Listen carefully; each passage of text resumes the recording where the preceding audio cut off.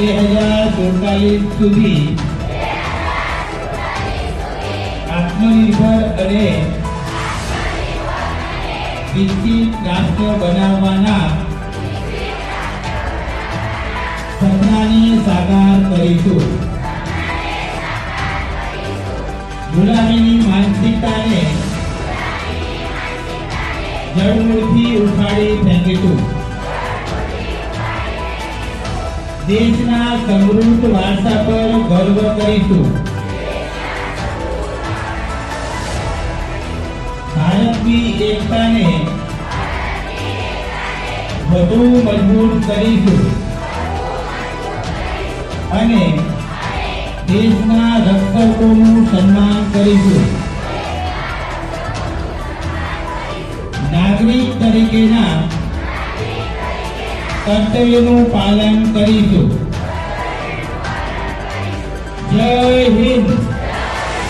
ભારત માતા કી.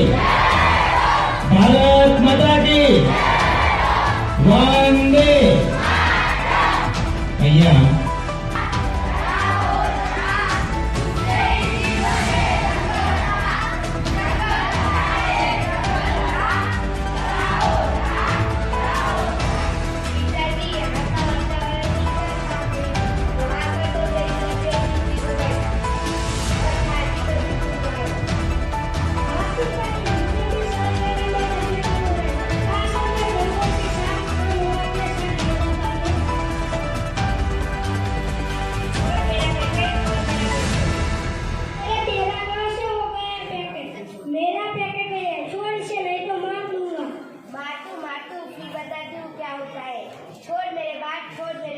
खींच रहे मेरे बाल। अरे बालों को तो मैंने हाथ भी नहीं लगाया, झूठी कहती।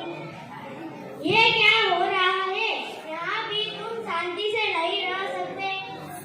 मैं डर रहा है और मेरे बाल भी खींचे उससे। चुप करो। ये सोचकर जंगल कैंपिंग के लिए आए थे कि जंगल कैंप लगाकर 2 दिन शांति से रहेंगे। विशेष अनुमति लेकर पूरा कैंप का नया सामान लेकर यहाँ आए हो। तुम भी किसी लायक ही नहीं तुम लोग। अरे आगे वो आगे कपड़ों सबको भेज दो। यही जिम्मेदार है इसके। आज छोड़ेंगे नहीं ना। लेकिन आप ऐसा क्या कर रहे हो? हमने तो सिर्फ एक फोटो ही खींचा है। हम तो कल ही यहाँ आए। हमने क्या किया है? जानते हो ये क्या किया है? कि ये पॉलीथीन प्लास्टिक की बोतल तुम यहाँ कैंप लगाकर 2 दिन हो गए। सैकड़ों की बोतलें और पॉलीथीन छोड़ जाओगे। अरे तो हमेशा इस नदी को पड़े। अरे आप खाते पीते हो तो क्या उससे भी गंदगी नहीं होती? सब्जियों के छिलके तो पत्ते जिनमें आप खाना खाते हो वो क्या गंदगी नहीं फैलाते? वे छिलके वो पत्ते कुछ दिन में मिट्टी में मिल जाते हैं, बातों का धरतीका और अड़बड़ा बनाते हैं। लेकिन तुम्हारे ये प्लास्टिक पॉलीथीन सैकड़ों सालों तक ऐसे ही पड़े रहेंगे और उस पर पहाड़ों बनते जाएंगे, जिससे जंगल की धरती जहरीली होती जा रही है। अगर यही हाल रहा तो कुछ समय जंगल में इंसानों के रहने के लायक बचेगा न जरूर भी। लेकिन हमारी बोतल और पॉलीथीन से धरती कैसे जहरीली हो सकती है? मुझसे कुछ जिस धरती की गोद में आपने जन्म लिया उसी धरती को आपने पाला पोसा, उसी धरती को आप जहरीला बनाया। हमने सबसे पहले जिस तरह कीटनाशकों का उपयोग करके धरती को स्वस्थ बनाने वाले सूक्ष्म जीवों को नष्ट कर दिया, अधिक उपज के लालच में रासायनिक खादों पर मिट्टी को प्रदूषित कर दिया। पिताजी आपने बताया कि आपने उस बूढ़े के साथ क्या किया जो अपने बेटी को सौंप कर देती है। बेटा आप भी इस धरती को स्वस्थ बनाने में अपना योगदान दे सकते हैं। कैसे अंकल? घर से निकलने वाला कचरा घड़े कूड़ा या गंदा पानी इस पर सही निस्तारण करके उसका पीछे निस्तारण नहीं किया, वो पानी सोचो जरा। अगर धरती जो तुम्हें खड़े रहने पर आजाद दिखती है, पीने को पानी, खाने को अन्न और रहने को छत भी देती है, तब खर्चे को कब तक देती है? उस वहाँ के धन को तुमने जहरीला बना दिया। सोचो वह बोल पाती तो क्या करती? मैं बोलती नहीं तो तुम मेरी नदियों को प्रदूषित कर देते हो। मैं बोलती नहीं तो तुम रासायनिक खादों